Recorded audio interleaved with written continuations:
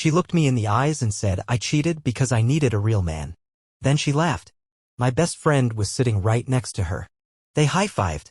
Everyone I trusted knew. They planned it for months. The betrayal wasn't the worst part. They dared to do not just this. Last Thursday night, I walked in on my girlfriend, now ex of 3 years, sitting in our shared apartment's living room with my so-called best friend, Josh.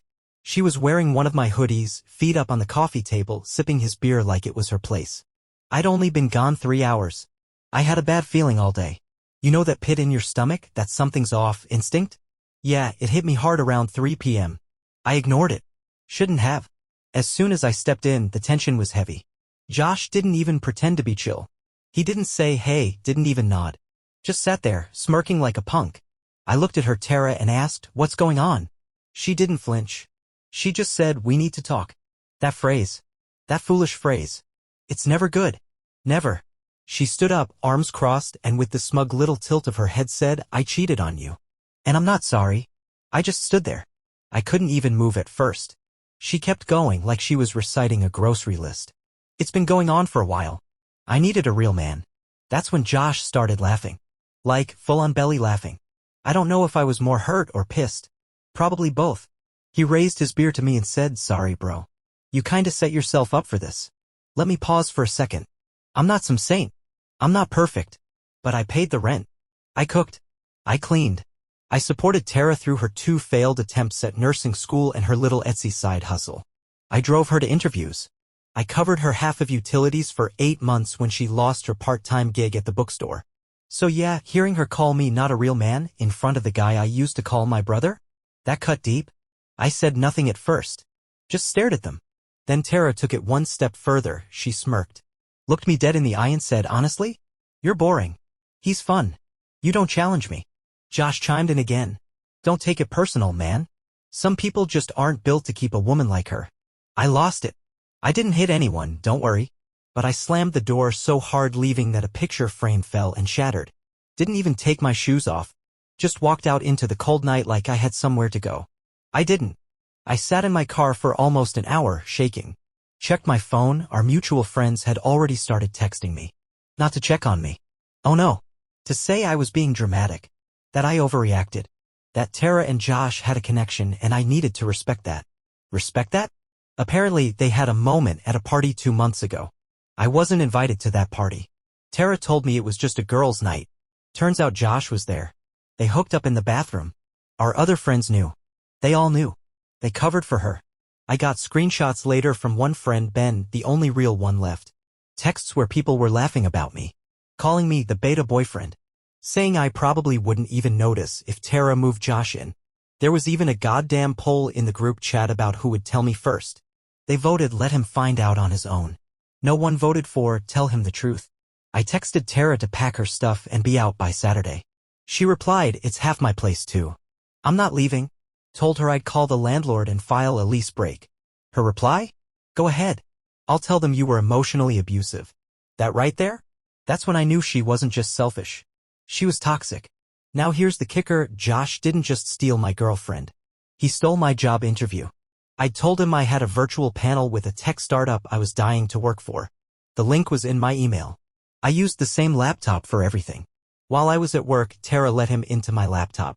He logged into my email and applied using my reference. And he got the callback. Yeah, I can prove it. The timestamps are clear. And the email trail shows his name on my account because the dumbass forgot to change it. But when I brought that up to our friends, more laughing. "You should have password protected your stuff." One even said, "That's actually smart. You can't even be mad. He's just more alpha than you." That word. Alpha. Like we were in a zoo and Tara's the prize in a cage. I confronted Tara the next morning. She was still there, in my apartment, wearing one of my old flannels, eating cereal like nothing happened. I said, "You need to leave." She looked up from her bowl and said, "No. I like the light in here." I started recording on my phone. I said, "Did you give Josh access to my laptop?" She looked me dead in the face and said, "Yeah." "So?" I asked, "You know that's potentially illegal, right?" And she said, "Good luck proving it. No one's on your side." Then she went back to eating. After that cereal scene, where she casually admitted to helping Josh steal my job lead, I contacted my landlord. Told him I was terminating the lease early due to domestic hostility. I kept it vague. He said he'd need both tenant signatures unless there was legal cause. Cool. I went back into the apartment, set up a camera in the living room, and waited. My goal? Catch her saying something that proved sabotage. Something to use in small claims if needed. I was done playing nice. That night, she came home late. I was sitting on the couch when she walked in with Josh. They looked surprised, like I was supposed to have just disappeared. She rolled her eyes and said, "You're still here." Then Josh muttered, "Jesus, man. Go cry to your mom already." No hesitation. I stood up, pointed to the mounted phone and said, "That camera's been rolling the second you walked in. So if either of you lays one finger on my stuff again, I'll walk this straight to the cops." You know what Tara said? "Wow. You really are a foolish." Josh laughed so hard he snorted. Then she said, "No wonder I had to cheat. You couldn't even keep your own friends. You think you're the victim, but everyone's known for months you're a walking doormat." And yeah, I got that on tape. I left that night. Took my essentials, laptop, IDs, the hard drive, a few clothes. I left her the lease and the bills.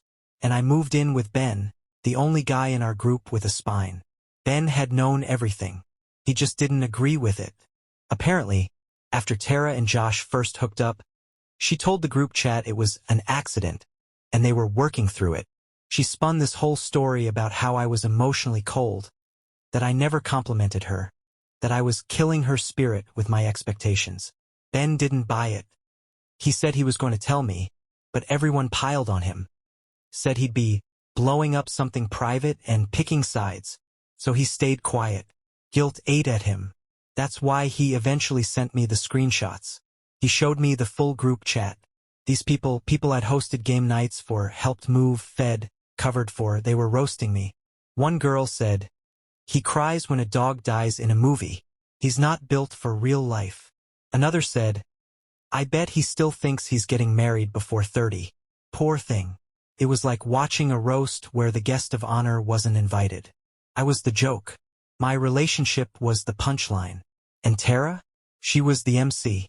That's when Ben dropped another bomb. Tara had been cheating before Josh. There was a guy named Nick, a bartender. And maybe someone from her gym. Ben wasn't sure, but the chat hinted at it. One line Tara wrote stuck with me. "I've been bored for over a year. I needed options." Options. Like I was some expired brand of cereal, and she needed a new flavor. Couldn't sleep that night. I stared at the ceiling in Ben's spare room thinking about everything. How I paid for her driving lessons. How I let her take my car when hers was in the shop. How I covered her therapy bills. And she was out here playing puppet master with my friends, turning them into her audience. The next day, I went nuclear. I took clips from the camera footage, added a few of the group chat screenshots, and put together a 2-minute video. No narration, just facts. Then I sent it to everyone in the group. One by one. No message. Just the video. Fallout started within 15 minutes. Emma, the girl who joked about me crying during dog movies, replied, "OMG, I didn't know it was that bad." Jason said, "This changes stuff. I thought you were just being controlling." One guy, Mark, left the group chat entirely and texted me privately. Said he didn't realize how deep the manipulation went and that Josh had been mocking me behind my back before he even hooked up with Tara. But the worst one, Tara herself messaged me. Not to apologize. No. She wrote, "Wow, you really aired out all our dirty laundry? You're so pathetic." I didn't respond. She sent a second message. "You think this makes you look good? You look obsessed. You lost. Move on." And then, get this, she blocked me. Blocked me. A day later, Josh texted, "Enjoy being a lone loser." I screenshotted that and added it to the folder I was keeping. Petty? Maybe. But I knew something they didn't. Tara had signed a clause in our cohabitation agreement 6 months ago. It said if either of us were found to have committed intentional property sabotage or caused emotional/financial harm while jointly paying rent, that person would be liable for damages upon termination of lease. Guess who added that clause? Me. Guess who signed it without reading? Also her. I took the lease, the camera footage, the chat logs, and went to a tenant lawyer. She was stunned. Told me I had a case for civil harassment, property sabotage. Turns out they did break into my laptop to steal that job lead. And possibly defamation if any of those fake stories Tara spread reached my employer. I filed paperwork. But before anything could escalate, boom, Tara shows up at my job. She walked in like she owned the place, asked for me at the front desk. I was in a meeting. Reception called me like, "Hey, your girlfriend is here." I told them, "I don't have one." They paused. "Well, she says it's important." I come out and there she is, in her work scrubs, makeup done, big fake smile like we're still together. She said, "We need to talk." I said, "No, we really don't." Then she drops to her knees in the lobby and says, "Please, I can't do this without you." Everyone was staring. I pulled her up fast and walked her outside. She started crying. Real tears this time. Said Josh had ghosted her. Said her name was already blacklisted from one of her job interviews because someone forwarded the video. Said she was getting hate messages from strangers. She said, "I thought he loved me, but it was just sex. He's not even talking to me anymore." I asked, "What do you want from me?" She looked me dead in the face and said, I messed up. I want you back. And I'll be honest. For half a second, part of me, some stupid, emotional part, wanted to believe her. But then I remembered the way she smirked when she said, "Real man." The way she laughed at me. How she let Josh steal my job and my dignity and then mocked me for it. So I said, "You're not sorry. You're just alone." She got quiet, then walked away without another word. I haven't heard from her since. After Tara's little performance at my job, I thought that'd be the end of it. But nope, she doubled down. The next day, I woke up to a fake story about me on social media. A vent post from her burner account popped up in a local subreddit. No names, just implications. But enough that anyone who knew us could connect the dots. She said her ex-boyfriend was emotionally manipulative and controlling, that he was obsessed with recording her, and tried to ruin her career out of spite after she left him for someone who treated her better. Comments were pouring in. White knights in full armor. "You're so strong. Good on you for leaving a toxic man. He sounds dangerous. Block him." I stared at the screen, jaw clenched, thinking, is this really how far she's going? Then I got an email from HR. Not a warning. Not a write-up. A full internal investigation. Tara had filed a harassment complaint against me. She said I was slandering her professionally, that I had threatened her employment, and that I'd abused company equipment to spy on her. All lies. Luckily, I had receipts, screenshots, the cohabitation agreement, video clips, witnesses, Ben included, who had already come forward to back me. But it didn't stop the panic. For the next 48 hours, I lived in a fog. Barely slept. Barely ate. HR told me not to talk to anyone until the review was done. So while the people who laughed at me got to keep hanging out and clowning around, I sat in limbo waiting to see if my career was going to explode because Tara couldn't accept the consequences of her own choices. Then, like some cosmic twist of karma, her past caught up to her before mine even could. Ben called me on the third day, just after 9 a.m. said, "You need to see this." Someone, probably one of her old classmates, had found her old Twitter and dumped screenshots. And they were bad. I'm talking racial slurs, body shaming, trashing coworkers by name, mocking patients during her nursing school clinicals. One of them said, "If this man asks me one more time to help him to the bathroom, I'm accidentally letting him fall." Another, "Hot tip. If you're too fat to walk to the fridge, maybe you don't need 3 more pudding cups, Barbara." The thread blew up.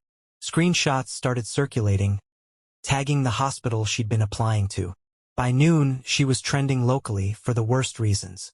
HR dropped my case like it was radioactive, called me in to apologize, said they verified my evidence, concluded there was no wrongdoing on my part, and thanked me for my patience. I walked out of that meeting with something I hadn't had in weeks. Leverage. That night, I texted Tara from a burner account. All it said was, "You tried to nuke me. You lit the match too close." She never responded. But 2 days later, her entire social presence was wiped. Every account, gone. Her phone, disconnected. And Josh? Oh yeah, let's talk about Josh. Turns out karma didn't forget him either. Remember the job he stole from me? The one I was interviewing for? Well, guess who they still had in their system as a candidate? Me. The recruiter I'd originally spoken to, Natalie, called me personally after hearing about the situation from a mutual connection. She said we were confused when Josh suddenly submitted the same documents you had, only changed the name.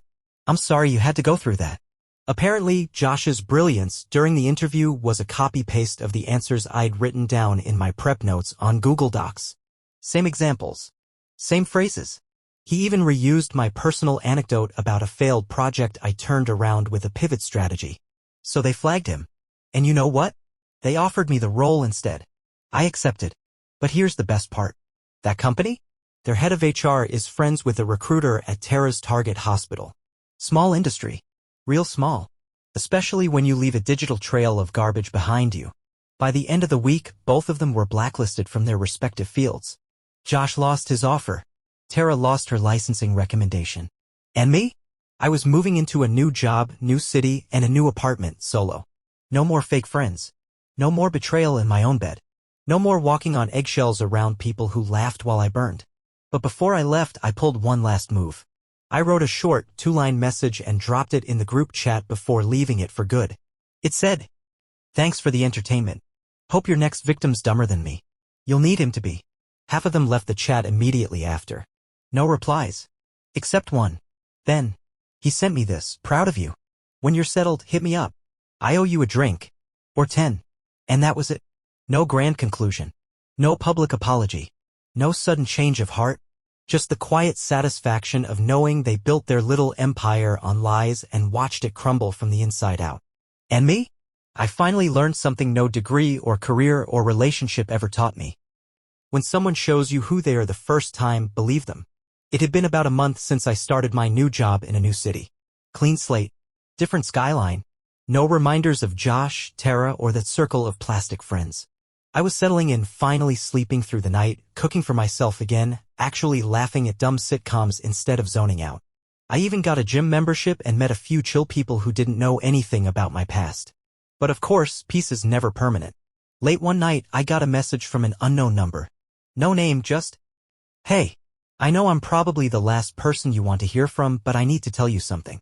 Please just read." It was Emma. The same Emma who said I cried too much. The one who joked in the group chat about me being beta boyfriend of the year. I was one thumb swipe from blocking her. But then the next message came in. I didn't know how bad it really was. And I should have said something. I didn't think you'd ever find out, but Tara did something else. Something worse. I sat there staring at my screen. Emma went on to spill it all. Paragraphs and paragraphs. Apparently, Tara had been planning the breakup for months. The Josh thing? That was just the part one caught. Before him, there was someone else, Nick, like Ben had hinted, but Emma said that wasn't just a hookup. Tara was engaged to him. Yeah, while living with me. I thought she was stressed from studying for her nursing cert. Turns out she was sneaking off on weekends for study groups that were actually overnight stays in a different city, staying with Nick and telling him she was separated but stuck in a lease. She played him and me at the same time. Kept us both in separate compartments. I was the safe guy who paid rent and gave her stability. Nick was that exciting guy who didn't ask questions. Emma only found out because Tara accidentally sent a screenshot to the wrong group chat, one where she was bragging to her cousin about balancing 2 boyfriends like a queen. Nick found out a week after I did, but he didn't blow up. He just ghosted. Blocked her on everything and vanished. She tried to find him. Couldn't. Emma only came clean because she'd been getting heat online after the leak about Tara's tweets. People were coming for anyone associated with her. Emma panicked, saw the social fallout, and decided to jump ship. I thanked her for the info, didn't say much else, and blocked her anyway. She only cared because she was now the target. No real remorse. But the damage? It wasn't done yet. 2 days after that, I got a letter in the mail. A handwritten one. From Josh. Yeah, Josh. I didn't even open it right away. Just sat with it for hours. It was a white envelope with shaky handwriting and one word on the back, sorry. When I finally read it, man, it wasn't an apology. Not really. He wrote, "I don't expect forgiveness. Honestly, I probably deserve worse than what happened. I lost everything. The job, the friends, my credibility. Tara bailed on me after the recruiter ghosted her. Said I was a liability and not worth the drama. Then she tried to spin it like I used her. Unreal. He went on. I saw her true face too late. I thought I was winning. But I was just the next loser in line. The final line? You didn't lose her, man. You dodged her. Big difference. He signed it, Jay. I didn't reply. I never will. But something about that hit differently. Because for the first time it wasn't me getting played. It was them. They thought they were clever. They thought they had control. But in the end, they all ended up with exactly what they gave me. Nothing. Ben sent me a voice message, shaky, kind of quiet. I've been sitting on this for a while, man. I didn't know when to tell you. But there was one more person involved. Not just Josh. Not just Nick. There was a guy from her clinical rotation. He was older. Married. They kept it secret. He gave her gifts, helped her pass 2 courses. She bragged about it in private DMs. I didn't have proof, but now you deserve to know. That one broke me all over again. Because this whole time I'd been calculating betrayal like a ledger. Tallying names. Faces. Incidents. But this wasn't a list of cheaters. This was a pattern. Tara didn't just cheat. She used people. I deleted her number that night. Not just blocked. Deleted. Wiped all the old photos. Tossed her old hoodie in the trash. Cleaned the last pieces of her out of my new apartment like I was chasing out mold. 3 months after that one night, around 9:30 p.m., I got a knock at my door. No one calls first anymore, so I assumed it was a delivery guy. I was in sweats, eating cereal, totally not expecting what I saw when I opened the door. Tara. Standing there in the hallway. Hair shorter. Thinner. Looked like she hadn't slept right in weeks. She was wearing an oversized hoodie and had a duffel bag with her. No makeup. Just raw. I just froze. She said, "Can I come in?" I didn't move. I didn't say anything. Not even a blink. She looked down then said, "I don't have anywhere else to go." I finally found my voice. "That sounds like a you problem." Her eyes started welling up. "Please. Just 5 minutes. I'm not here to fight." I should have closed the door. Should have walked away. But I didn't. I let her in. Call it curiosity. Call it closure. But I stepped aside. She walked in like a ghost. Looked around the apartment, nodded slowly. "It's nice. It's very you." I didn't respond. She sat down on the edge of the couch and dropped her bag at her feet. Then the bomb dropped. "I'm pregnant." I literally laughed. I thought it was a joke. Some final, desperate Hail Mary to rope me back in. So I just said, "Congrats. Send the lucky guy my condolences." She looked me in the eye and said, "It's not Josh's. It's not Nick's. It's not even that professor's." I blinked. She whispered, "It might be yours." The room spun. "Excuse me." She nodded, crying now. "Remember that weekend in January? Before everything blew up? The weekend we stayed in, didn't leave the apartment? That was the last time." I did remember. It was one of the only weekends that winter where things felt normal again. Before I knew about any of it. She pulled out a printed sonogram photo. "I'm due late October. I only found out 2 weeks ago." I didn't know what to do. I panicked. I stayed with a friend for a while, but she kicked me out when I lost my job. I didn't know where else to go. She looked at me like I was her lifeline. And in that moment I felt every emotion at once. Anger. Confusion. Sadness. Disgust. A tiny shred of fear. And worst of all, some twisted version of hope. But I asked the only thing that mattered, "Why would I believe you?" She nodded, pulled out an envelope from her bag. "I already did a paternity test. From the first clinic that would take me. It's preliminary. They'll need your DNA to confirm. But you're the only possible one." I took the envelope but didn't open it. I asked her, "And what now? You think I'm gonna drop everything and play house with you?" She shook her head. "No. I don't expect anything. I didn't want you to hear it from someone else. And I didn't want to lie again. Not about this." I didn't know what to say. I didn't kick her out. I didn't scream. I didn't cry. I just stood there feeling like I was back at square one, except this time the stakes were way higher. She left after about 10 minutes. Didn't ask to stay. Didn't beg. She just said, "Whatever you decide." I understand. Then she walked out the door. I didn't sleep that night. I didn't sleep for 3 nights. On the 4th day, I got a call from the clinic listed in the envelope. I went in. Did the swab. A week later, I got the results. I'm not the father. Relief doesn't even begin to cover what I felt. It was like someone sliced a ticking bomb out of my chest and tossed it into a lake. I didn't call her. I didn't message her. I blocked every number, every email, every account for good. She lied one final time, maybe to test me. Maybe to guilt me. Maybe just to feel like she still meant something to someone. But this time, I chose me. I got my peace.